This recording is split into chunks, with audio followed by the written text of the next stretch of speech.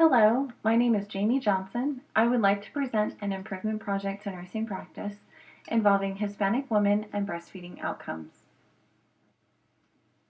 I work in labor and delivery, and I have noticed a cultural pattern among Hispanic mothers not willing to initiate breastfeeding or who are reluctant to exclusively breastfeed their newborns.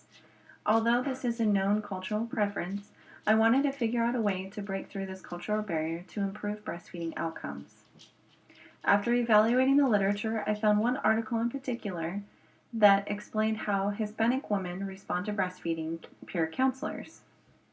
These peer counselors were bilingual Hispanic women from within the Hispanic community who had successfully breastfed their own children for at least 6 months. To become a counselor, they underwent a 30-day course on breastfeeding and passed a written exam of 85% or better. Success of this peer counseling program demonstrates the importance of breastfeeding support from within the Hispanic community. Reflecting upon this program, I wondered if providing a bilingual Hispanic lactation consultant would be beneficial to the Hispanic patients I serve in labor and delivery. Projected success from this project would depend on having a large Hispanic population in labor and delivery. Availability of bilingual Hispanic lactations could pose a threat to the validity of the study. Said lactation consultants would have to be available 7 days a week. If a new lactation consultant would have to be hired to complete the study, it could pose a threat of financial burden on the hospital. The right to refuse poses an additional threat to this study. This is where I see the largest obstacle in completing it. A lot of times, patients have their minds made up before stepping foot in the hospital on how they would like to feed their babies. We can encourage and support, but we cannot force them to breastfeed.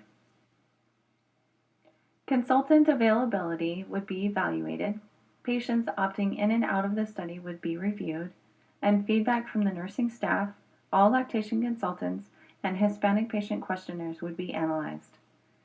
Medical records would be reviewed on whether or not exclusive breastfeeding was accomplished as a result from bilingual Hispanic lactation consultant assistance.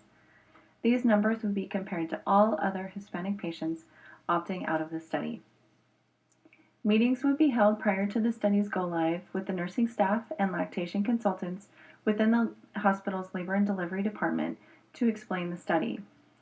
Upon completion of the study, follow-up meetings would be held evaluating the perceived effectiveness of this program.